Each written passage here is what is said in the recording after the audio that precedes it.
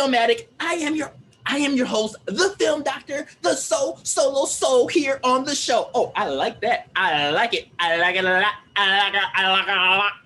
Let me tell you guys something. I'm the only person on this show doing it, and I have no more interruptions here. It's just me, the Film Doctor. There's nobody else. I got rid of all of them. I am so excited here to do a special episode by myself. No interruptions. This is how it's going to go, babe. What?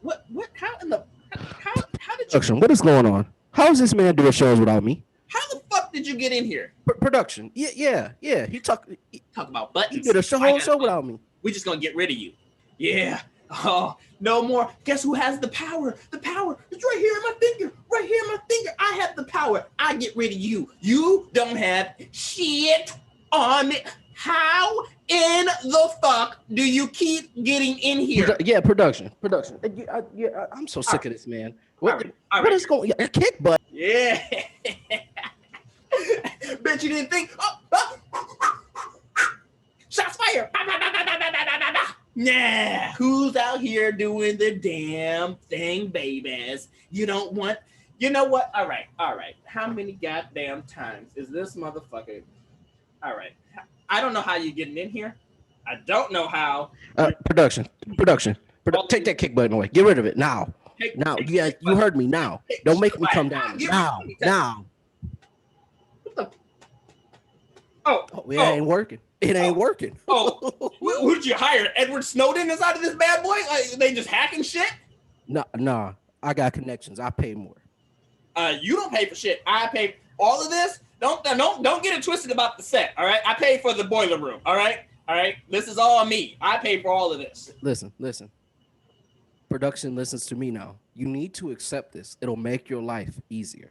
Now, welcome to Filmatic. I am your host, the Film Doctor. Intro. Has he lost his damn mind? With my co-host, the fake Film Doctor. Co-host? So glad you guys could be here today. Just so excited to have you here. Let me talk about the giveaway real quick. So we're having a giveaway for a $25 card to Best Buy. Please, you have to like, comment, and subscribe in order to enter. You need to do all three to enter. We really want to give this gift card away. So please do that. And when you're viewing this video, please do that. Now, with that being said, let us get into today's reviews. We have a new release, Wonder Woman 1984 production. Hit that joint. Stop talking to production.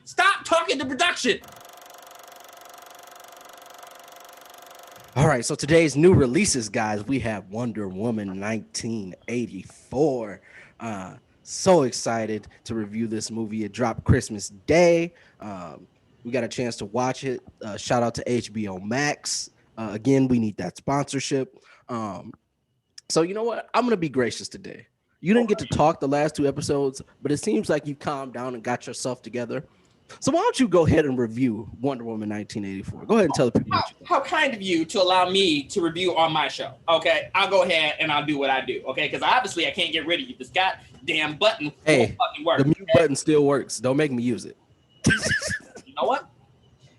I will talk about Wonder Woman 1984. Now, for me, I saw it. Now, I'm a huge Marvel DC fan. Now, this is the way I see it. I see it's a complicated review from my perspective because it was good, but it wasn't good. There was goods, there were bads. It was a mix of different emotions when I'm watching it. Okay, and I had to think about this for everybody else that's watching it. And then I look at reviews and I see everybody else reviewing it, and they're down in it, and I can see some of the reasons why. I mean, the storyline itself was kind of dumb. They try to quickly make sense of bringing back Chris Pine's character.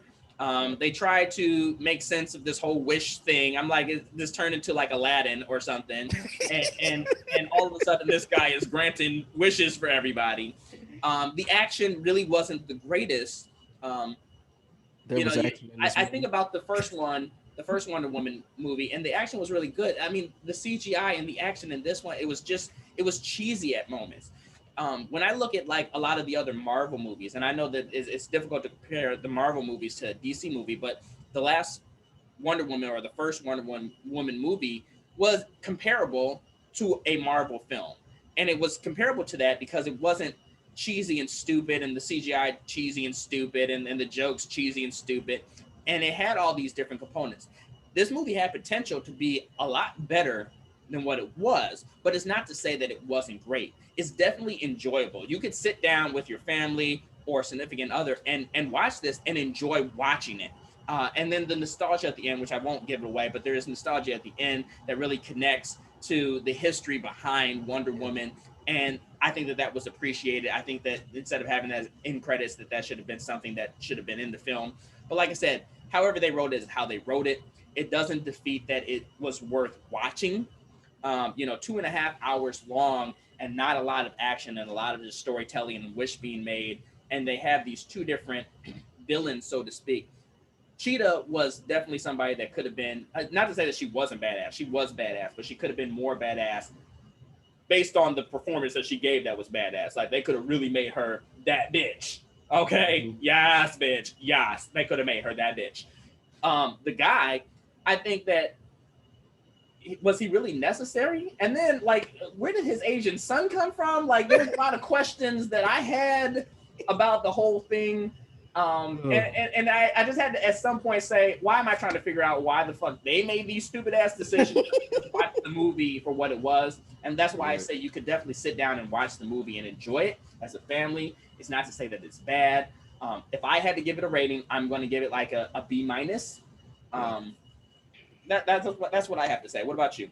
Yeah, so I'm kind of on the same train with you. I think there were a lot of curious decisions made in this film that I was trying to figure out.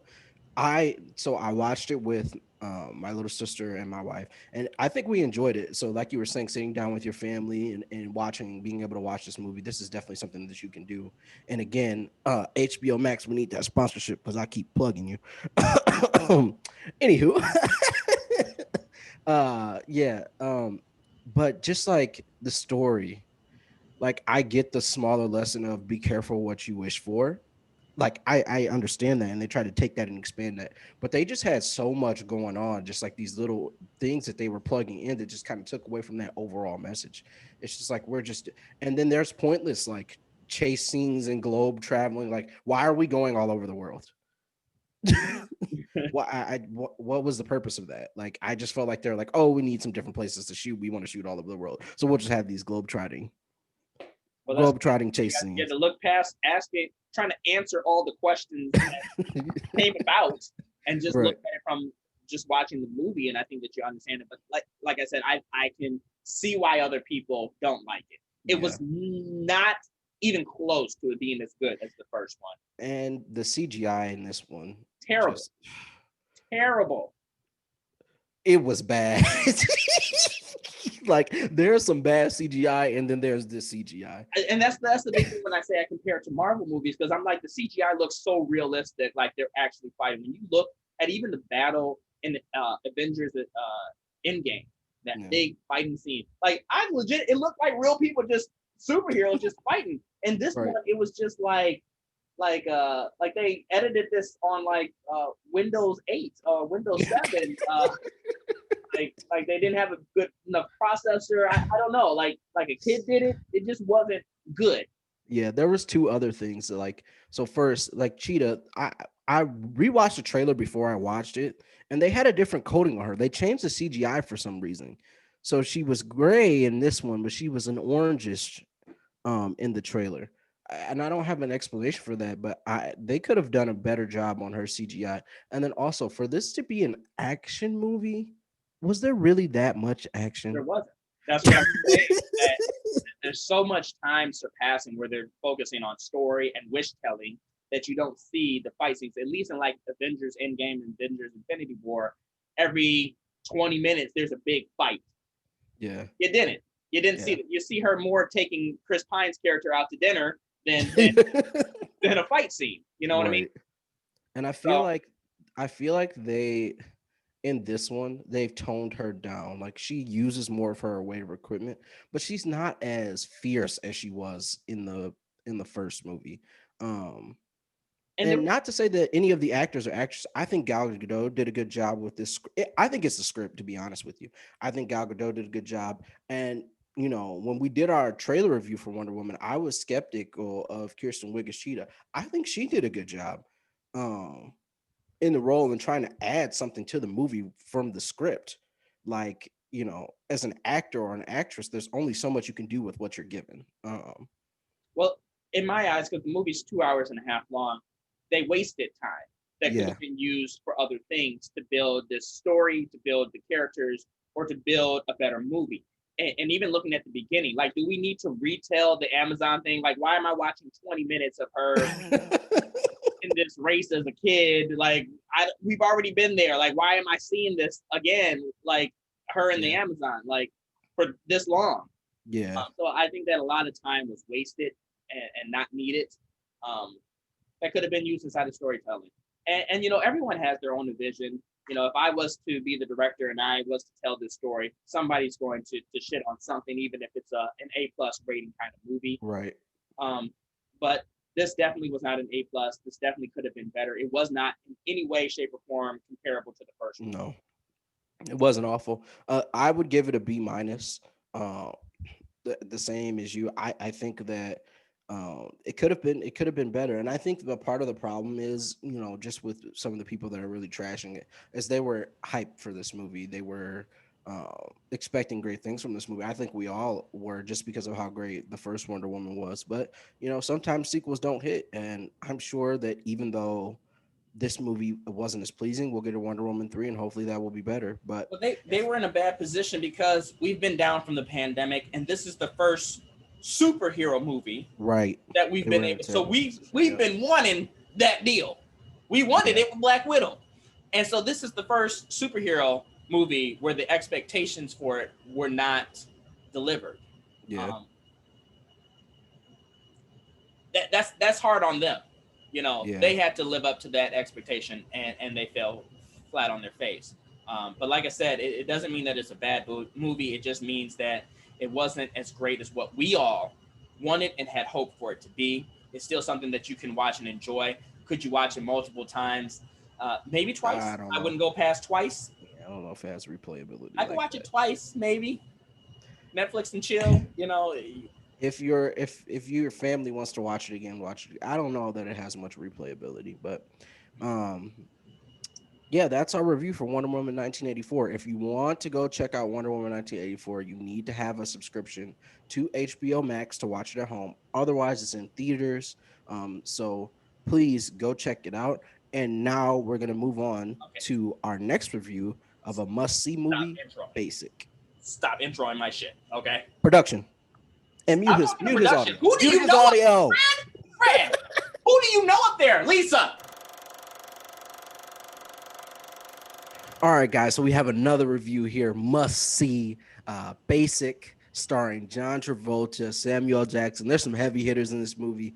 I really enjoyed it. But again, I'm gonna let my fellow co-host go ahead and give his review. How Listen, kind of listen, you listen. again Production is to one phone allow call away. me on my show to do this. Okay. Production is one phone call away. So do your review without the attitude, and we'll be fine. So go ahead and tell us what you thought about Basic, starring John Travolta, Samuel L. Jackson. Great film. Amazing film. Okay, first of all, I'll come back to you later. Great film. It's a film that I think is overlooked. That people don't know anything about it. I asked certain people, "Hey, have you ever seen Basic?" They don't even know. The title is not familiar to them. Right. I don't know if you've ever heard of it before seeing it, but Nah, this was my first time. it has big names in it. John Travolta, Samuel L. Jackson is inside of this movie, and who's the chick? I can't think of her name. She was inside of, I think, Double Jeopardy. Anyway, while you're looking that up, Connie Nielsen, no, that's Julie Osborne. Is that Captain Julie no, Osborne? Or are no, you talking about no. Maybe like black people all look alike, all white people look. I don't know. I maybe I have the wrong person. I don't really know. But the fact of the matter is that they have big names inside of this movie. And you start off, yes, it is a little bit slow, and I hate to always say that inside of movies because that's kind of your thing. But it kind of sets you up where you're like, what is this about? Like, where's this going? Kind of ordeal for about 15 minutes. And even when you get into a little bit of the nitty gritty, you're just like, oh, okay, it's an interrogation, blah blah blah. But then they start telling the story so that you can kind of see it from different perspectives, so to speak, maybe different vantage points, and kind of to see that in that action, it turned like this drama into an action where I'm Yeah. kind of connected, where I'm like, oh, what's going on here? Oh, what happened? Oh, somebody else is telling the story differently. Like, who's telling the truth? Where are the lies? Kind of ordeal, and more things start to unfold. Big kind of things happen, and I'm trying to just be very careful within my Mhm. wording. But you think it's going one way and it goes a different direction. There's a lot of surprise moments and things that happen inside of this movie, and when you get to the end, it just really blows your mind. It has a very interesting ending where what you thought is not what you thought. Yeah. And I love those kind of movies. And I think that other people love those kind of movies too, because I think a lot of people spend time trying to figure out what's going on and why things are happening. And I Yeah. don't think you can do that inside of this movie. You can guess all you want, but you're wrong. Okay? You're probably wrong. More time, I haven't seen anybody that has seen this movie that was like, oh yeah, this is what happened. This is that person and blah, blah, blah. There you go. This really hits hard because you don't see it coming. Mhm. I love those kinds of movies. And this is an old movie, so I can't really talk about like the cinematography was Yeah. great. It was what it was. It was just basic shooting, no pun intended.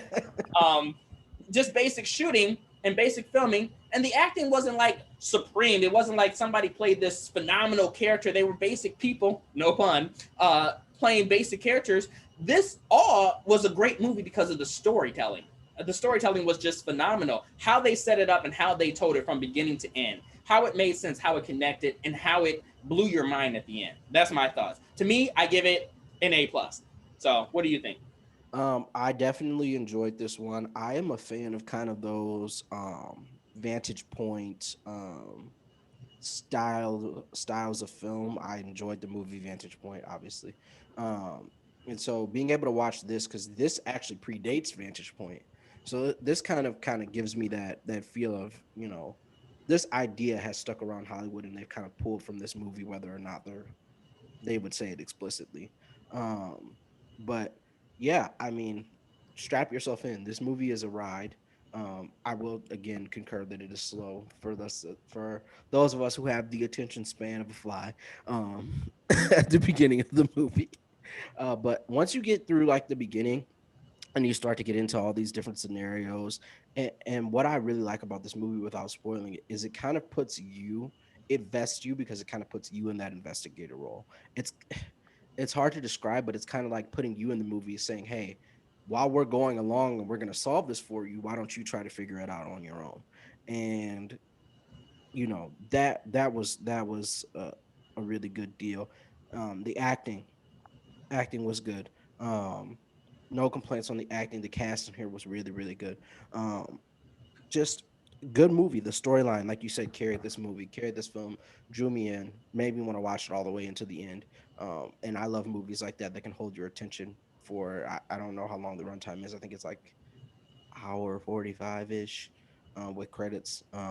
But great film. I enjoyed it. I enjoyed all the twists. Strap yourself in. But Basic is a really, really good movie. I would give it an A plus. That's why it's a must see.